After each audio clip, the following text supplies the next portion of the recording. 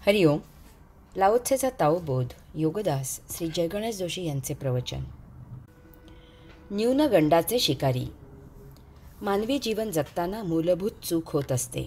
त्याला सतत वाटत असते की सर्वांचे कसे छान चालले आहे, फक्त त्याला एकट्यालाच समस्यांना तोंड द्यावे लागत आहे. सर्वांना सर्व काही मिळत आहे, परंतु त्याला अनेक गोष्टी मिळत नाहीत. सर्वजण कसे आनंदात आहेत, केवळ तोच दुःखात आहे. महागाईने कळस गाठला आहे, परंतु दुकानातून खरेदी कशी भरभरून चालली आहे, त्याला महागाईची झळ बसत आहे. सर्वांचे जीवन संसार कसा सुरेख मार्गाला लागला आहे, परंतु वयाला इतकी वर्षे झाली तरी फक्त त्याच्याच जीवनाची घडी बसलेली नाही.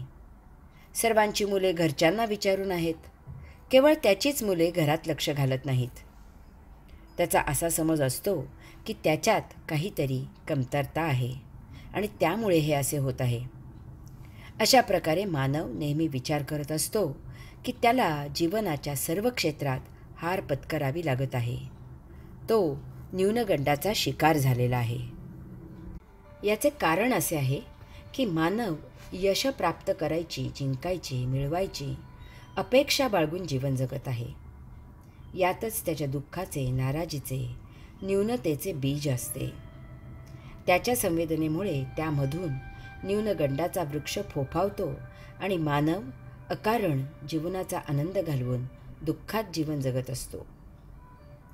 मानव नेहमी महत्त्वाकांक्षा बाळगतो. त्याच्याकडे जे आहे त्याची त्याला सत्य किंमत कळत नाही. तो गुलामासारखा जगतो. तो जिंकायची उर्मी ठेवून जीवन जगायला पाहतो. यातच त्याची हार पक्की झालेली असते. यातच त्याच्या दुःखाचे बीज असते. वास्तवात मानव जन्मतःच स्वयंभू आणि स्वयंपूर्ण आहे. त्याला जीवन जगायला, त्याचे गतसंचित संपवायला, आनंदाचा मळा फुलवायला जे पाहिजे ते त्याच्याकडे सर्व आहे, परंतु स्वतःकडे न पाहता तो इतरांकडे पाहत जीवन जगतो. तो जिंकायची तयारी करतो, कारण इतर कोणी हरेल अशी वेडी आशा तो बाळगतो.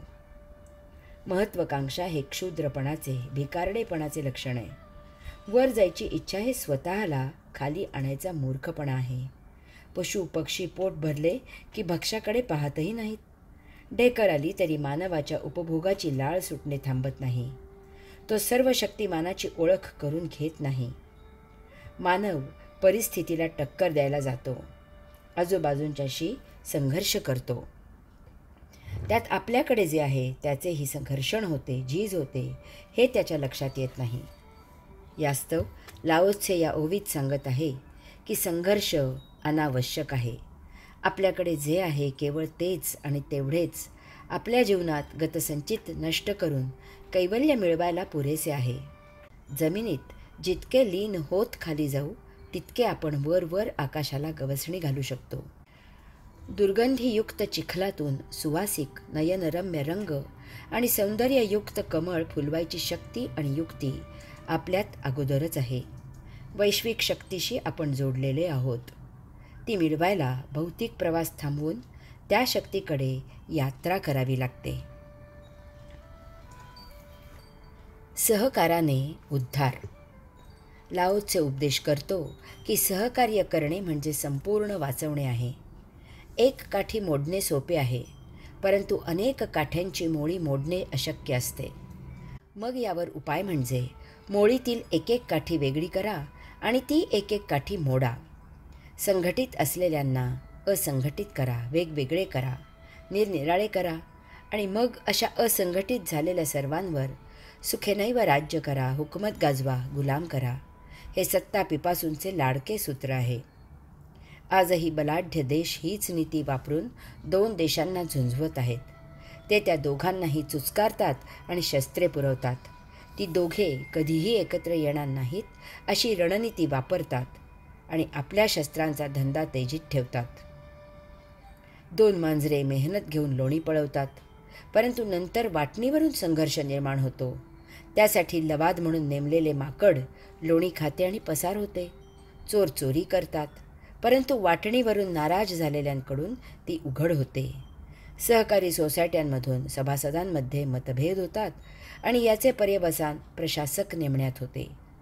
लवकरच सोसायटीचे दिवाळे निघते. आपला देश याचा शिकार आहे, हा इतिहास आहे. मोगलांच्याही आधीपासून ब्रिटिशांपर्यंत आपण एकी सोडल्यामुळे गुलाम झालो. हजारो वर्षे पारतंत्र्य भोगावे लागले. आजही अनेक जिल्हे, राज्ये विभागत आहेत, कुटुंबे विभागत आहेत. एकत्र याल तर वाचाल हे ऐकतो कोण? प्रत्येकाला स्वतंत्र बुद्धी आहे आणि त्यामुळे स्वतंत्र मते आहेत. जो तो स्वतःला विश्वाचा मालक समजतो. कोणालाच वाकवण्याची इच्छा नाही. जो तो आपापल्या भूमिकेशी ताठ आहे. शिक्षण, स्वातंत्र्य याचा हा शाप आहे असे म्हणायची वेळ आली आहे. सर्वजण पुढाऱ्याच्या विरुद्ध एक होतात, त्याला नाउमेद करतात आणि मग हे एक झालेले आपापसात नवीन पुढारी कोण यावरून संघर्ष करतात. भौतिक आणि आध्यात्मिक संघर्षात दोन भाव असतात. इतरांच्या मानाने आपल्याकडे जे कमी आहे ते आपल्याला मिळाले पाहिजे हा एक भाव असतो, किंवा आपल्याकडे काहीतरी भरपूर आहे आणि त्याची इतरांकडून उपेक्षा होत आहे असाही भाव असतो. या दोन्ही विरुद्ध भावात संघर्ष सुरू असतो. लाओ त्से हजारो वर्षापूर्वी उपदेश करत आहे की सहकार्य करा म्हणजे तुकडे होणार नाहीत, तुमच्याकडे ते संपूर्ण असेल. लाओ त्से हे जाणतो की 4 जणांना एकत्र आणणे शक्य नाही. कितीही सांगितले तरी 4 जण एकत्र येणार नाहीत, सहकार्य करणार नाहीत आणि एकत्र आले तरी फार काळ एकत्र असणार नाहीत. अल्पावधीतच ते पुन्हा संघर्ष करतील. कुत्र्याचे शेपूट कितीही उपाय केले तरी वाकडेच असणार आहे, ते सरळ होणे शक्य नाही. यास्तव लाओ त्सेचा उपदेश फार मूलगामी आहे आणि तो समजावून घ्यायचा आहे. हरि ओम.